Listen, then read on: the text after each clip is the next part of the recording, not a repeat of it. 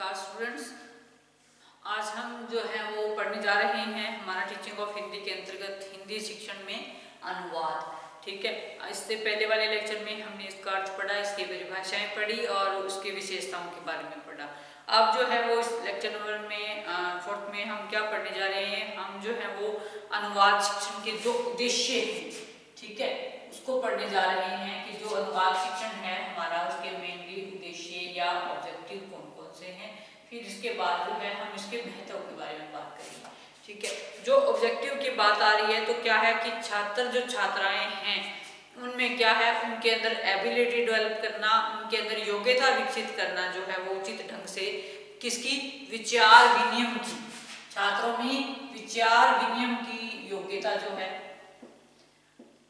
विचार विनिमय की योग्यता विकसित करना क्या है, अनुवाद शिक्षण का मुख्य उद्देश्य माना जाता है। योग्यता विकसित करना यानी कि विचार विनिमय क्या होता है, जब हम अपने विचारों का आदान प्रदान करते हैं तो वो हम तभी कर पाएंगे जब हम इसके लिए योग्य होंगे। ठीक है, तो छात्रों में विचार विनिमय की जो योग्यता विकसित करना है वो हमारा क्या है, वो हमारा जो हिंदी शिक्षण में अनुवाद है इसका मेन ऑब्जेक्टिव है। ठीक है, सेकंड हम इस बात करें तो क्या कहता है, सेकंड में ये कहता है कि इनको विभिन्न भाषाओं के साहित्य और शैलियों से परिचित कराना। किनको, छात्रों को क्या है, विभिन्न जो साहित्य है विभिन्न प्रकार का, ठीक है, विभिन्न साहित्य और जो साहित्य को की शैलियां होती हैं पढ़ने की, ठीक है, साहित्य शैलियों से परिचित कराना, ये भी क्या है, ये भी इसका ऑब्जेक्टिव माना जाता है, शैलियों से परिचित कराना, परिचित करवाना। ठीक है, कि जो साहित्य की चाहे कोई सी भी शैली है, गद्य की शैली है, पद्य की शैली है, अगर हम उससे उनको परिचित कराएंगे तो भी अनुवाद जो है वो हमारा शिक्षण सही होगा। थर्ड है विद्यार्थियों को मूल ग्रंथों के अनुवाद करने की ओर प्रेरित करना। थर्ड पॉइंट हम इसमें लिखेंगे कि जो मूल ग्रंथ हैं, ठीक है, किसी भी भाषा में अगर हम उठा के देखें तो वहां आपको मूल ग्रंथ मिलेंगे, हर भाषा का अपना एक साहित्य होता है, तो जो मूल ग्रंथ हैं उन ग्रंथों में क्या है, उन ग्रंथों में रुचि पैदा करना बच्चे की। ठीक है, रुचि पैदा होगी तभी क्या करेंगे, उन ग्रंथों को उठाएगा, कोई पढ़ेगा, नहीं तो नहीं पढ़ेगा। तो मूल ग्रंथों में रुचि पैदा करना जो है ये भी क्या है, अनुवाद शिक्षण का मुख्य उद्देश्य है, पैदा करना। उसके बाद नेक्स्ट पॉइंट हम इसमें लिखेंगे हिंदी भाषा को लोकप्रिय और विश्वव्यापी बनाना। जो हमारी हिंदी भाषा है, फोर्थ पॉइंट है हमारा, हिंदी भाषा को लोकप्रिय बनाना, पॉपुलर करना, इसको हिंदी भाषा को लोकप्रिय बनाना, लोकप्रिय बनाना, ये भी क्या है, ये भी अनुवाद शिक्षण का एक मुख्य उद्देश्य माना जाता है। एक पॉइंट इसमें, फिफ्थ पॉइंट हम एक और ऐड कर सकते हैं, वो है छात्र छात्राओं को अनुवाद की विभिन्न विधियों से और विभिन्न शैलियों से परिचित कराना। ठीक है, विविध शैलियों से और जो विभिन्न विधियां हैं, शैलियों और विधियों से अवगत कराना, विधियों से अवगत कराना, ये मेन कुछ एक उद्देश्य हैं जिनको लेकर के क्या है हम काम कर सकते हैं अनुवाद का। ठीक है, ये पहला, छात्रों में विचार विनिमय करने की योग्यता विकसित करना। हमने स्टूडेंट्स के अंदर क्या करने हैं, जो उनके थॉट्स हैं, जो अभिव्यक्ति जिस चीज की वो करना चाहते हैं, जो विचार वो व्यक्त करना चाहते हैं, ऐसी योग्यता बच्चे के अंदर जो विकसित करना। दूसरा हम इसमें करेंगे कि विभिन्न साहित्य शैलियां, जो साहित्यिक शैलियां होती हैं, जैसे किसी भी विधा को हम लिख रहे हैं, चाहे वो गद्य है हमारी, चाहे वो पद्य है, चाहे व्याकरण है, कुछ भी है, तो उन जो शैलियों से हमें बच्चे को परिचित कराना है वो हमारा इसका फोकस रहता है, इस पर महत्व है यहाँ पर इसका। और फिर है मूल ग्रंथों में रुचि पैदा करना। जो मेन ऑब्जेक्टिव क्या है कि जो हमारे साहित्यिक मेन ग्रंथ हैं हम उसके अंदर जो है वो बच्चे की रुचि पैदा करें। फिर उसके बाद हिंदी भाषा को लोकप्रिय बनाना, कि जो हमारी हिंदी भाषा है वो हमारी क्या है, हमारी मातृभाषा भी है कई स्टेट्स की, राज्य भाषा भी है, राजभाषा भी है, ठीक है, राष्ट्रभाषा भी है। तो जो हमारा क्या होना चाहिए, हमारा फोकस हमारी भाषा पर होना चाहिए, उसको हम ज्यादा से ज्यादा जो है वो अपने देश के अंदर पॉपुलर करें, ऐसा भी जो है वो हमारा उद्देश्य है। ठीक है, फिर है विविध, जो विविध क्या क्या है ये विभिन्न, विभिन्न लिखना था यहाँ पर, विभिन्न शैलियां, विभिन्न शैलियों और विधियों से बच्चे को अवगत कराना कि कौन कौन सी जो शैलियां हैं, कौन कौन सी जो विधियां हैं हम इसके अंदर प्रयोग कर सकते हैं। नेक्स्ट हम बात करें कि महत्व की, अगर हम बात करते हैं, ये जो हमारा हो गया, क्या हो गया, ये हो गया हमारा उद्देश्य। उसके बाद हम महत्व की बात करेंगे, तो महत्व क्या क्या हो सकते हैं अनुवाद के।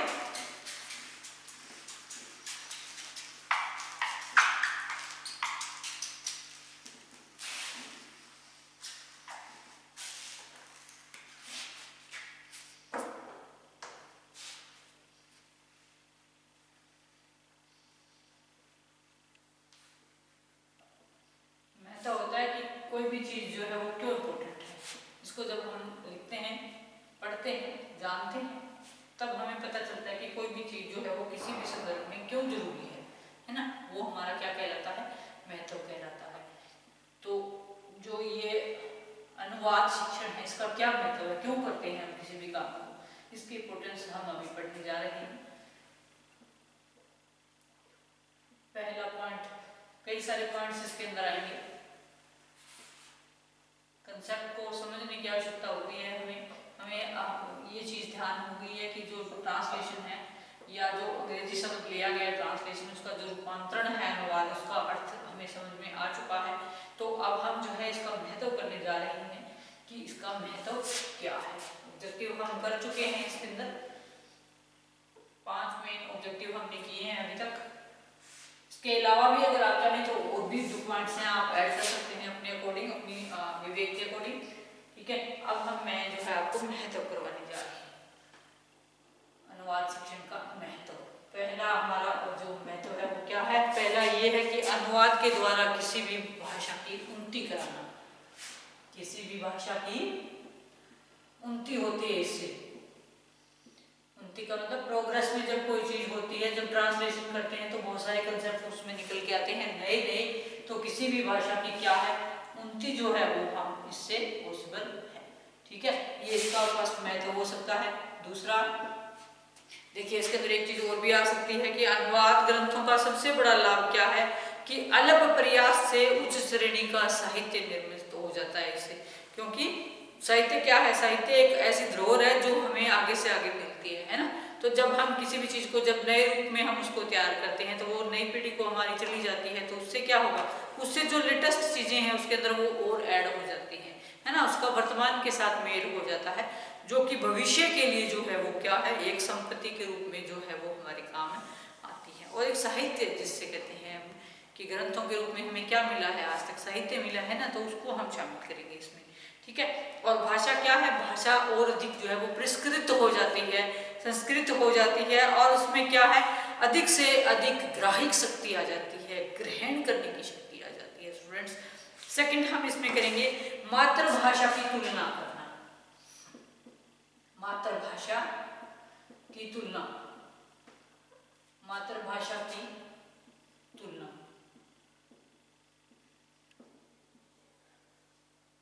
ठीक है, कि जब हम दूसरी चीज को पढ़ते हैं, दूसरी चीज में ट्रांसलेशन करते हैं, तो हमारी जो अपनी मातृभाषा है उसका तो हमें पता ही होता है कि इसका मायने क्या है, इसके अर्थ क्या है ना। तो उससे हम क्या करना सीख जाते हैं, कंपैरिजन करना सीख जाते हैं कि उस लैंग्वेज के अंदर मान लो हिंदी से हम इंग्लिश में कन्वर्ट कर रहे हैं, इंग्लिश से हम जो है संस्कृत में कन्वर्ट कर रहे हैं, संस्कृत से फिर हिंदी में कन्वर्ट कर रहे हैं, तो उससे क्या है, उन्हें उससे जो अपनी भाषा है उसका तो एटलीस्ट हमें पता होता है, उससे हम कंपैरिजन करना सीख जाते हैं कि इसका अर्थ हमारे लैंग्वेज में क्या है, और जो जिस चीज में हम उसका अनुवाद कर रहे हैं उस लैंग्वेज के अंदर उसका अर्थ है क्या है। थर्ड हम इसमें कहेंगे कि विचार विनिमय तथा अन्य साहित्यों का परिचय इससे होता है। विचार विनिमय, विचार विनिमय क्या होता है, जब विचारों का हम आदान प्रदान करते हैं, विचार विनिमय होता है इससे। ठीक है, विचार विनिमय तथा अन्य साहित्यों का परिचय, इसके साथ साथ क्या है, जो अन्य साहित्य हैं, अन्य साहित्यों का परिचय।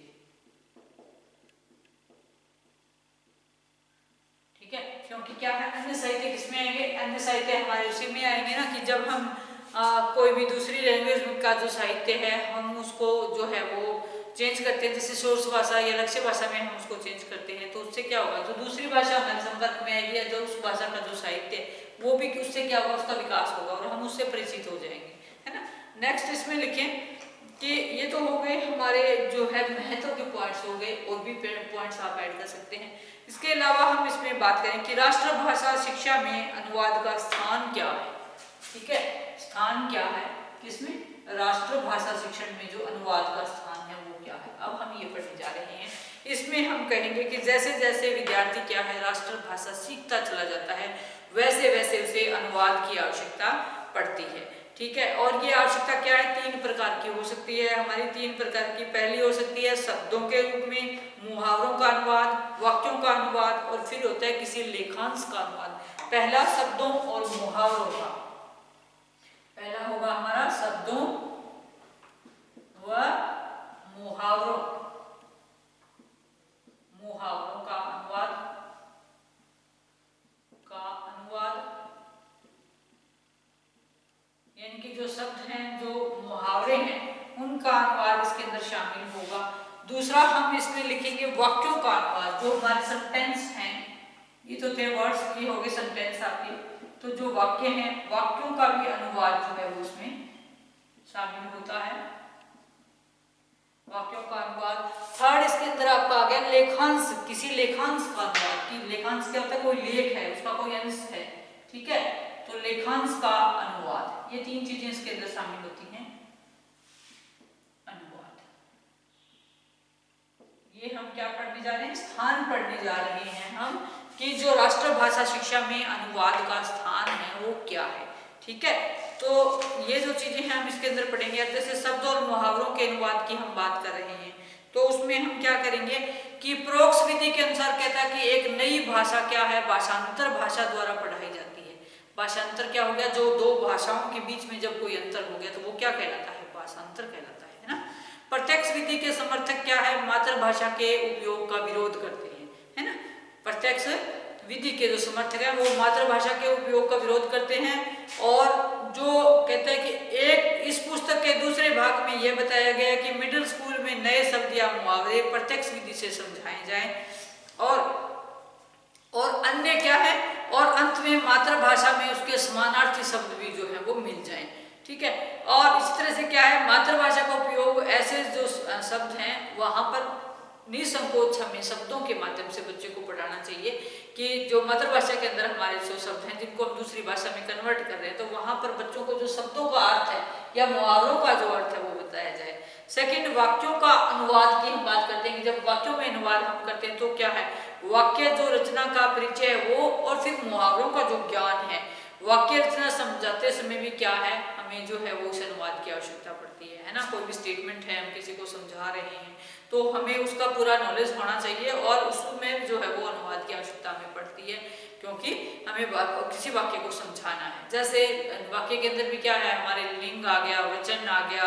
इसके अलावा काल आ गया, और उसके अकॉर्डिंग ही वाक्य में जो रूपांतरण हम करते हैं, और अर्थ तथा व्याकरण के अनुसार क्या है वाक्य इत्यादि है जो है वो उनके अंदर किस तरह की प्रोसेसिंग होनी है, ये चीजें हमने इसमें देखनी है। फिर जो कहता है कि इसी प्रकार भारत की प्रत्येक क्षेत्रीय भाषाओं में अनेक समानार्थी मुहावरे बता करके भी उनका अर्थ स्पष्ट हो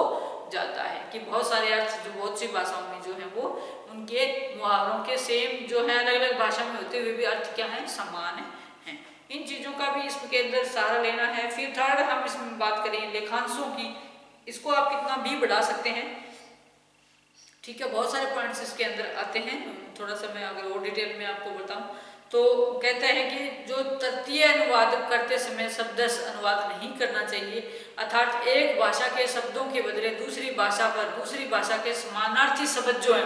वो नहीं रखी जानी चाहिए कभी भी, है ना। क्योंकि अगर हम सेम शब्दों को वहां पर रखेंगे लेकिन दूसरी भाषा के अंदर उन शब्दों का अर्थ कुछ और भी हो सकता है ना। तो ये जो शब्दस्य अनुवाद की शैली है ये क्या है, ये निंदनीय है और ये अग्रह है। अग्रह का मतलब होता है कि जिसको हम ग्रहण ना कर सके, है ना। तो इस चीज को हम एक्सेप्ट नहीं कर सकते, क्योंकि प्रत्येक लैंग्वेज की अपनी एक भाषा होती है ना। प्रत्येक लैंग्वेज की अपनी एक नेचर होती है, एक प्रकृति होती है, और साथ ही साथ प्रत्येक शब्द की एक अपनी आत्मा होती है। प्रत्येक शब्द का अपना एक अर्थ होता है जिसको वो व्यक्त करता है, एक संदेश को लिए हुए होता है। ठीक है, जब हम एक भाषा के किसी एक शब्द के अनुवाद का किसी दूसरी भाषा में अनुवाद करते हैं, तब हम उस अर्थ के जितने समीप पहुंच सकते हैं उतने ही समीप हमें पहुंचने का प्रयत्न करते हैं, परंतु वास्तव में क्या है, हम उसकी आत्मा तक नहीं पहुंच पाते। चाहे हम कितने ही एफर्ट्स करें, लेकिन जो शब्द किसी एक भाषा का है, जो उसकी आत्मा है शब्द की, उस तक हम नहीं पहुंच सकते। ठीक है, अब इसके बाद एक चीज इसमें और भी आती है कि भाषा की एक इकाई है वाक्य, न कि शब्द। वाक्य क्या है? वाक्य अपने आप में एक इकाई है, शब्द उसकी एक इकाई नहीं है। इस कारण अनुवाद में वाक्यों की ओर भी ध्यान देना बहुत जरूरी होता है। इतना होते हुए भी प्रत्येक भाषा के जो पद हैं, जो वाक्य की रचना है, वो अलग ही है। हर वाक्य की अपनी एक रचना होती है, चाहे हम हिंदी को उठा के देखें, हम चाहे संस्कृत को उठा के देखें, चाहे हम इंग्लिश को उठा के देखें, चाहे किसी अदर लैंग्वेज को हम उठा के देखें, तो लेकिन हर वाक्य जो क्या है, हर जो है वो तरीका हर भाषा को बोलने का, लिखने का अलग ही होता है। ठीक है, इसके बाद लेखांशों की बात करते हैं। अब थर्ड पॉइंट लेखांशों की बात करते हैं कि जो लेखांश है उनका जो अर्थ है, उनका अनुवाद कैसे होता है। कहते हैं कि जो शब्द है, मुहावरे हैं, वाक्य पाठन का जो अभ्यास है, नवीन भाषा की गड़ंत जानने के लिए जरूरी है। ठीक है, गड़ंत का मतलब क्या हुआ कि जब हम किसी नई भाषा को लिखने जाते हैं तो वहां पर हमें उसके शब्दों का भी ज्ञान होना चाहिए, उसके वाक्यों का भी हमें ज्ञान होना चाहिए कि किस तरह से शब्द बनने हैं, कौन कौन से जो है मुहावरे इसमें प्रयोग करने हैं, कौन कौन से वाक्य हैं जो हमने प्रयोग करने हैं, उसको किस तरह से हमने किस पैटर्न के अंदर लिखना है। इसके साथ साथ तब जाकर के हम क्या है, जब वाक्य लिखने सीख जाएंगे तब हम जो है किसी लेखांश को लिख सकते हैं, है ना। लेखांश लेखांश का तो क्या, लेखों का जो अंश होता है या लेख का किसी भी लेख का एक भाग होता है। ठीक है, तो जो रचना शैली के विकास के लिए क्या है, लेखांश के अनुवाद की आवश्यकता होती है। रचना शैली क्या होती है स्टूडेंट्स, कि जब हम किसी रचना को लिखते हैं तो उसको लिखने का जो हमारा ढंग है, जो तरीका है, वो क्या है, वो रचना शैली है। ठीक है, सरलता, सुबोधता, स्वाभाविकता होना जरूरी है, और इसी के साथ साथ क्या है, भाषा संबंधी जो मेन 3 नियम है वो हमें पालन करने होते हैं, जिनमें से पहला है हमारा कौन सा, शैली की रक्षा करना, दूसरा भावों की रक्षा करना, और तीसरा सरलता एवं सुबोधता का होना, है ना। कितने ही इंपॉर्टेंट पॉइंट हैं ये किसी भी लेखांश को लिखने के लिए, कि सबसे पहले क्या है, हम शैली से परिचित हों, फिर जो हमारे भाव हैं उन भावों से परिचित हों, उनकी रक्षा करें, फिर सरल और सुबोध शैली के अंदर जो है वो अपने भावों की जो है वो व्यक्त करें। ठीक है, अनुवाद के विषय में बहुत सारे स्टेटमेंट्स हमारी आई हैं हमारे शिक्षाविदों की तरफ से। ठीक है, और इसके साथ साथ जो अनुवाद लेखन है या लेखांश जो है अनुवाद है, उसको सिखाने की एक पद्धति है, जिसको भी हम थोड़ा सा अगर स्टडी करें तो क्या है कि विद्यार्थियों के द्वारा लेखांश का सबसे पहले हम बच्चों को मौन वाचन कराएं। मौन वाचन होता है कि जब हम किसी चीज को अपने मन में ही पढ़ते हैं, तो अगर वो करवाया जाए बच्चे को तो थोड़ा सा उससे क्या है, उनका जो विवेक है उसमें जो ध्यान केंद्रित है उस पर फोकस होगा उनका। फिर है खेलांश का विद्यार्थियों के द्वारा पुनर्वाचन किया जाए। खेलांश नहीं, लेखांश का क्या है, बार बार जो है उन विद्यार्थियों को से पढ़वाया जाए, भावों को समझने की कोशिश की जाए, और कठिन शब्दों का जो अर्थ है वो दूसरी भाषा या अनुदित भाषा के द्वारा शब्दकोश से हम उसको खोजने का प्रयास करें बच्चों के साथ। ठीक है, फिर है मौखिक कार्य, जो शिक्षक विद्यार्थियों से क्या है, प्रत्येक वाक्य का मौखिक अनुवाद करता है, तो उससे भी क्या है, कठिन शब्दों का जो अर्थ है वो क्लियर हो जाता है ना। क्योंकि क्या है, बच्चे के अंदर जिज्ञासा होती है, और जब बार बार हम किसी चीज को रिपीटेशन में लेके आते हैं तो जो मायने हैं वो हम क्लियर अध्यापक के थ्रू कर सकते हैं, अध्यापक करवा सकता है। लंबे जो वाक्य होते हैं हमारे, कई बार टेढ़े वाक्य होते हैं, बहुत ही जो है ना कठिन वाक्य होते हैं, तो अनुवाद के माध्यम से जो क्या है, हम लेखक के विचारों से अगर हमें परिचित होना है तो हम ये चीजें भी जो बच्चे को सिखा सकते हैं। फिर है संपूर्ण लेखांश का कुछ विद्यार्थियों के द्वारा मौखिक अनुवाद हम करवाएं, और फिर अभ्यास तथा गृह कार्य लेखांश का अनुवाद करवा सकते हैं हम। और उसके बाद फिर पॉइंट हम थोड़ा सा इसमें और देखें, उपसंहार की अगर हम बात करें तो कहता है कि भारत की प्रत्येक भाषा के साहित्य का हिंदी में अनुवाद हुआ है। भारत की प्रत्येक भाषा का, हमारी जो भाषा है उसका साहित्य का हिंदी में अनुवाद हुआ है, और विद्यार्थियों के सामने क्या है, उनकी मातृभाषा में लिखी हुई मूल पुस्तक तथा उसकी हिंदी में अनुवादित प्रति रख देना चाहिए। यानी कि जब मातृभाषा में हम किसी चीज़ को जब अपनी राष्ट्रभाषा में या मातृभाषा में, मातृभाषा क्या है हमारी हिंदी है ना, जब हम किसी चीज़ का हिंदी में ट्रांसलेशन करते हैं तो क्या है, जिस भाषा से वो चीज़ आई है उस भाषा की जो मूल प्रति है, जो मूल कॉपी है उस चीज़ की, उसको हमें जो क्या है संभाल के रखना है या सेव करना है उस चीज़ को, ठीक है। और दोनों की तुलना करने में क्या है, उनके भाषा ज्ञान की अभिवृद्धि होगी कि दोनों चीज़ों का जब हम कंपैरिजन करेंगे दोनों भाषाओं का, तो उससे क्या है, उससे एक नई चीज़ सामने निकल के आती है, जिससे ज्ञान में वृद्धि होती है, भाषा के ज्ञान में अभिवृद्धि होती है, और उनको क्या है, दोनों भाषाओं की विशेषताओं को समझने का भी अवसर से मिलता है कि दोनों भाषाओं की फीचर्स क्या क्या है, हमें तभी पता चलेगा ना जब हम क्या करेंगे, जब हम दोनों चीज़ों को कंपैरेटिवली पढ़ेंगे, तुलनात्मक रूप से जब हम अध्ययन करेंगे, ठीक है। फिर विद्यार्थियों से कभी कभी क्या है, पुनर्वार अनुवाद भी करवाना चाहिए कि किसी चीज़ को हम एक बार पढ़ाएं, 2 बार बच्चे से ट्रांसलेशन करवाएं, पढ़ाएं, ठीक है। इसके अनुसार क्या है, पहले विद्यार्थियों के द्वारा एक हिंदी लेखांश का मातृभाषा में अनुवाद हम करवाएं, कुछ दिनों के पश्चात उनके द्वारा अनुवादित अंश का फिर से हिंदी में भाषांतरण हम करवाएं। इस बार क्या है, पुनर्वार अनुवादित रचना की तुलना मूल पाठ से की जाए, तो इस तुलना के द्वारा क्या है, विद्यार्थीगण जो है वो अपनी जो भूल है उसको खुद ही पता चल जाएगा, स्वयं ही उसको पता चल जाएगा कि हाँ आसानी से जो है इसको कैसे समझे, क्या अंतर है दोनों के बीच में। तो इस पद्धति का सबसे प्रथम श्री गुरुदेव रविंद्रनाथ ने अनुमोदन किया था। रविंद्रनाथ जी जो एक हमारे बहुत अच्छे दार्शनिक हुए हैं हमारे साहित्य के अंदर, तो कहते हैं कि अंग्रेजी भाषा थी इनके, बंगला शिक्षा विधि की समालोचना करते हुए उन्होंने कुछ स्टेटमेंट्स भी दी थी कि जो कि आज भी प्रचलित है। उन्होंने क्या कहा था, उन्होंने यही कहा था कि जो भाषा के माध्यम से बच्चे को पढ़ाया जाए, भाषा का जो अनुवादन जो बच्चे से करवाया जाए, ठीक है, तो उससे क्या है, बार बार अभ्यास के जरिए जो है वो पहले किए हुए काम में और उसके बाद जो दोबारा उन्होंने उस काम को किया उसमें अंतर आ जाता है। अब हम थोड़ा सा शैलियों की बात करें तो अनुवाद में क्या है, 3 प्रकार से किया जाता है, जैसे मैंने बताया अभी कि शब्दशः अनुवाद,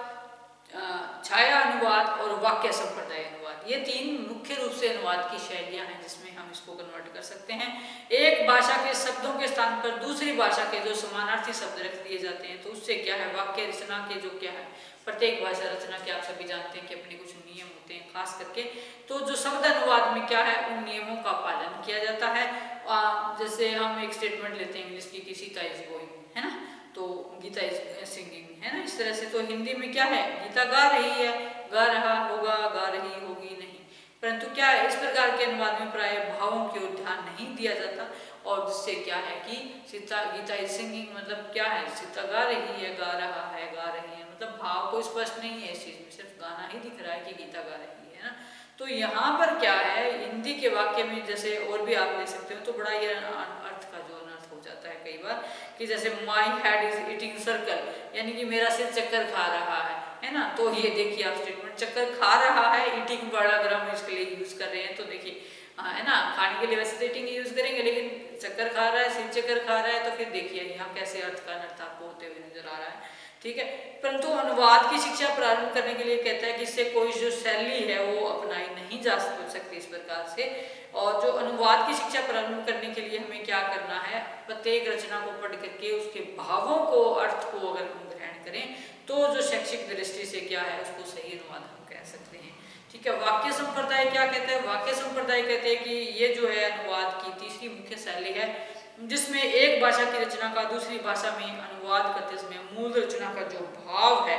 दोनों का निर्वाह किया जाता है, कि मूल रचना के भाव का भी और उसकी शैली का भी, कि शैली कैसी है और जो रचना का मूल भाव है वो कैसा है, ठीक है। इस प्रकार अनुवाद करने वाला व्यक्ति क्या है, इस चीज का ध्यान रखता है कि मूल रचना के भावों को हम क्या करें, जैसे का तैसे रखें, कि जिसका हम जो का त्यों रखें, जो का त्यों रखें, कि भाव नहीं बदलने चाहिए, चाहे हम अनुवाद किसी भी देश में करें, शैली में करें, किसी भी भाषा में करें, ठीक है, जो मूल भाव है वो सेम रहना चाहिए। तो ये थी हमारी अनुवाद शिक्षण की शैलियाँ। इसमें जो है अनुवाद शिक्षण की कुछ एक प्रणालियाँ भी हैं, जैसे पुस्तक प्रणाली होगी, दुभाषिया प्रणाली होगी, तुलना या अनुकरण प्रणाली होगी, ठीक है। तो ये कई सारी चीज़ें हैं अनुवाद शिक्षण के अंदर, जिसको जो है हम आगे भी बढ़ सकते हैं इसको, ठीक है। तो